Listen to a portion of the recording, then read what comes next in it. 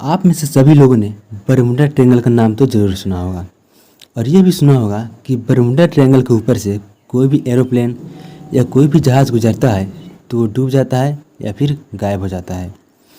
इस जगह को लेकर लोगों ने बहुत सारे कहानियाँ और थ्योरीज बनाई हुई है। कोई कहता है कि यहाँ पर एलियंस का कब्जा है और कुछ का मानना है कि अटलांटिक से शहर यही डूबा था। ये तो हो गई लोगों की बातें, पर साइंटिस्ट का यह मानना है कि इस दुनिया में इसके अलावा एक और डायमेंशन है जो बरमूडा ट्रायंगल में बसती है, जिसे हम पैरेलल यूनिवर्स यानी कि दूसरी दुनिया भी कहते हैं। पर ये सब तो बस थ्योरीज है, पर सच क्या है ये तो सिर्फ वही बता सकता है जो बरमूडा ट्रायंगल से जिंदा लौटकर वापस आया हो। तो आज की इस वीडियो में मैं आपको बताऊंगा कि बरमूडा ट्रायंगल से जिंदा वापस लौटकर कौन आया और उसने वहाँ पर क्या देखा और क्या अनुभव किया। तो चलिए वीडियो को शुरू करते हैं।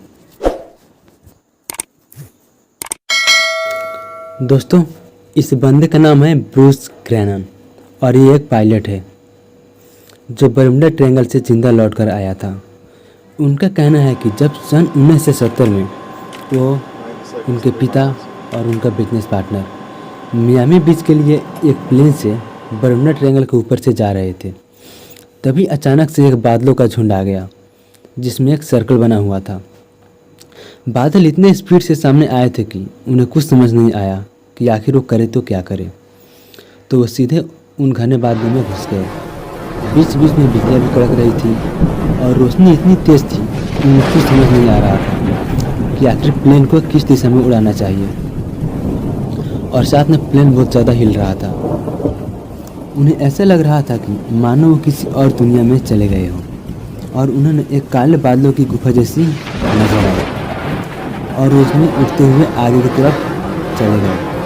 और कहानी यहीं ख़त्म नहीं होती। उन्होंने बताया कि उस काले बादलों की गुफा में आगे की तरफ ऐसी लाइंस बनना चालू हो गए थे मानो जैसे घड़ी के कांटे हों, और वो कांटे गोल गोल घूमते हुए भी नज़र आ रहे थे।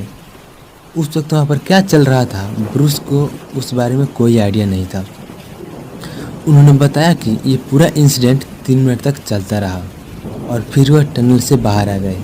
जैसे ही वो बादलों के टनल से बाहर आए, उन्हें नीला आसमान नहीं दिखा बल्कि चारों तरफ फॉग यानी धुआं ही धुआं नज़र आ रहा था। और उन्हें समझ नहीं आ रहा था कि ज़मीन कहाँ है और समुंदर कहाँ है, क्योंकि उनके प्लेन में लगे हुए सभी कंपास बहुत तेज़ी से घूम रहे थे और उस पर किसी का कोई कंट्रोल नहीं था। थोड़ी देर के लिए उनका दुनिया से संपर्क टूट चुका था और किसी से कोई रेडियो पर उनका संपर्क नहीं हो पा रहा था। लेकिन उनकी किस्मत अच्छी थी कि थोड़ी देर बाद एक रेडियो स्टेशन से उनका संपर्क हुआ। ब्रूस ने उनसे रिक्वेस्ट की कि हमें रास्ता बताइए, हमें किधर जाना चाहिए। तब उन्होंने यह बताया कि रडार आपका प्लेन डिटेक्ट नहीं कर पा रहा है। तूफान का धुआं कम हुआ तब जाकर रडार पर प्लेन दिखने लगा। ब्रूस का कहना है कि जैसे ही सामने का धुआं कम हुआ तो अचानक से प्लेन रडार पे दिखने लगा। पर वो हैरत में थे कि जिस स्पीड से वो बाहर आए उस स्पीड में नॉर्मल प्लेन तो इतना सफ़र नहीं कर सकता था।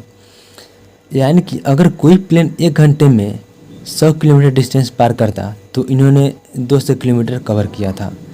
ये तो बस एक एग्जाम्पल था, पर एक्चुअल में उन्होंने 3 मिनट में 150 किलोमीटर दूरी पार किया था। यानी कि उनकी स्पीड हो गई 3000 किलोमीटर प्रति घंटा, जो कि इम्पॉसिबल है। और ये स्पीड दुनिया के सबसे तेज़ फाइटर प्लेन से भी ज़्यादा थी।